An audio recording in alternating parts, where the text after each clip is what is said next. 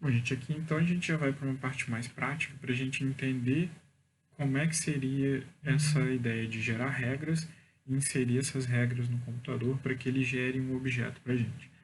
Essa primeira parte dessa introdução eu vou mostrar para vocês como foi pensado aquele banco que está lá embaixo, que ele foi criado com o seguinte objetivo: ser basicamente um instrumento didático. Eu quero descobrir ir para os primeiros períodos. Então, assim, quero descobrir qual é a boa altura para um banco. Eu vou sentar ali, procurar o lugar que ficou mais confortável para mim e eu posso medir aquela altura. O que seria um lugar confortável para eu ficar encostado ali em pé? Também vou chegar lá perto, vou olhar onde ficou mais interessante e vou medir aquela altura. E a ideia é que ele seja desmontado e montado de outras formas a cada semana da arquitetura. E aí, nesse caso, a gente tinha a criação desse objeto.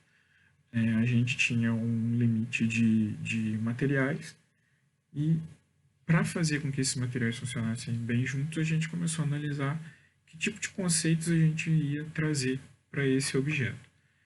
Primeiro, a gente tem dois conceitos básicos, repetição e ritmo. Aqui, a gente tem isso acontecendo.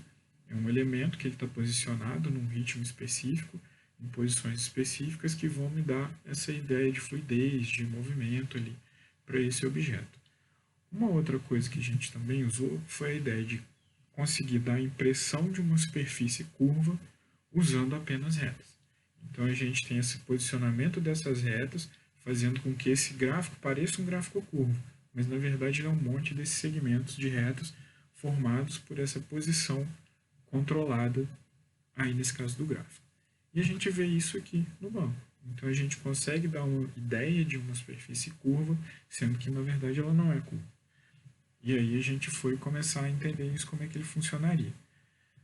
Para tentar decompor essa imagem, tentar decompor esse objeto em regras, a gente precisa lembrar um pouquinho lá de geometria descritiva.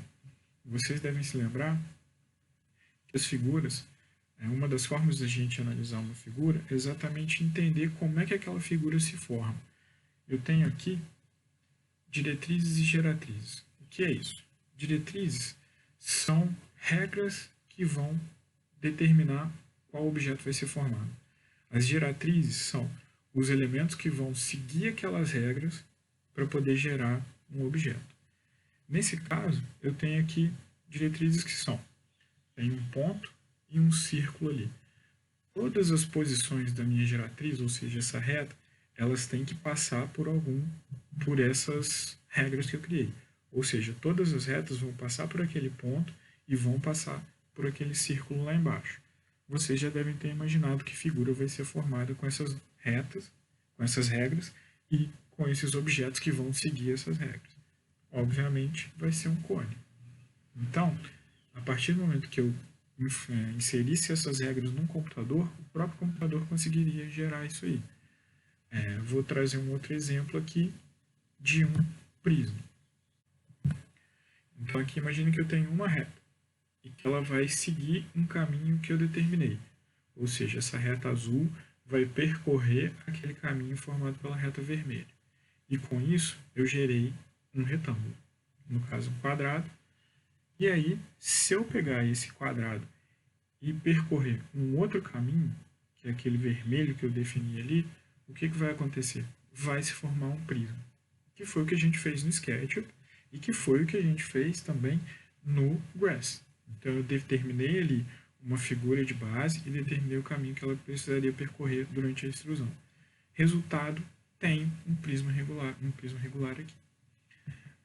No caso desse banco, a gente queria isso. A gente queria com uma peça única, com um tipo de peça apenas, gerar essa ideia de movimento, essa ideia de um elemento curvo com essas retas, e aí também que tivesse essas alturas diferentes que possibilitassem esse estudo.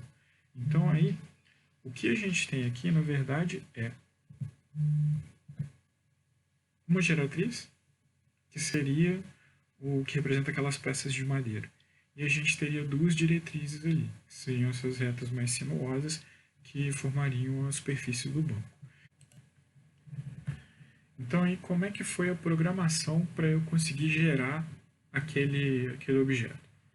Eu fui lá e criei 4 pontos. Defini esses pontos e aí depois eu fui pedir para o computador fazer o seguinte: crie 2 linhas entre cada um desses pontos. Depois disso, eu dividi essa linha em vários pontos e aí eu criei um mecanismo para que o computador conseguisse modificar a altura desses pontos. E aí eu tive isso aqui. Então, a partir de agora, a partir daqueles sliders que eu mostrei para vocês, eu consegui elevar ou diminuir a altura desses pontos que formam essa reta vermelha. Com isso, eu meio que criei as diretrizes principais. A gente tinha 80 peças para fazer aquela construção, e aí eu dividi essa linha em 80 partes. O que eu fiz depois foi simplesmente criar essa geratriz, que representaria aquelas peças de madeira, e eu pedi para o computador distribuir essa reta seguindo esses 2 caminhos a cada uma dessas divisões que eu criei. O resultado foi esse. Então, se a gente for ver, eu tenho 80 peças que elas estão percorrendo ali aqueles 2 caminhos que são aquelas linhas vermelhas. E aí criamos ali aquele banco. No nosso caso, para esse trabalho, o que a gente vai modelar vai ser esse Serpentine Gallery do Big, o Bjarke Ingels, que é esse objeto aqui, formado por essas caixas, né? Então tem até uns vídeos mostrando tanto o projeto quanto a construção desse objeto, depois vale a pena vocês darem uma pesquisada. Esse Serpentine Gallery Pavilion, na verdade, é o seguinte: a gente tem 2 galerias em Londres, e entre essas galerias a gente tem como se fosse um campo de futebol, um gramado ali, onde são construídos pavilhões temporários. Esses pavilhões eles são construídos para durar enquanto tem o verão, depois eles são desmontados.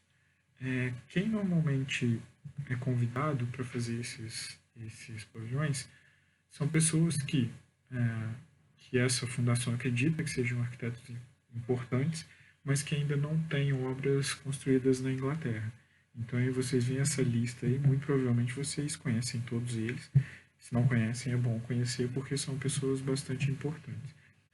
O do Bjarke Ingels, ele é esse esquema. E é bom vocês pesquisarem um pouco sobre ele, porque o Big, na verdade, ele é um ótimo representador de projetos. Então, você entrando no site, você tem muitas informações sobre cada um deles, de como é essa concepção, como é que ele trabalha, e isso é muito interessante vocês verem. E a representação também é muito interessante. Então, são esquemas muito bem feitos, é uma ótima fonte de informação para vocês estudarem também. Aqui eu tenho uma foto do que seria esse pavilhão, mais algumas para a gente poder entender. O que é esse pavilhão? É essa série de caixas que elas se abrem ali no meio para formar esse espaço aqui.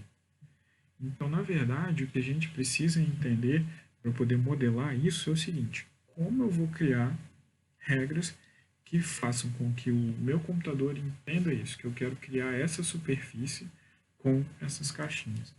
Aqui tem mais algumas imagens, né, visto de cima. Então a gente vê claramente ali que ele tem um eixo central marcado e as 2 abas dele que vão se abrir e formar essas curvas todas que vão gerar aquele espaço interno ali que vocês já viram. Aqui tem a entrada, como é que é a construção. Mais algumas imagens para vocês entenderem do que a gente está falando. Esse site aqui, por exemplo, é um que deixa você, mexendo nessas setas, você muda essa forma desse objeto e ele faz todas as adaptações ali daquelas caixinhas para a construção. O site é esse aqui e vocês já têm o link aí para vocês darem uma olhada. Agora a gente vai passar para modelagem. Então no próximo vídeo vocês já vão ver e vamos também modelar esse objeto.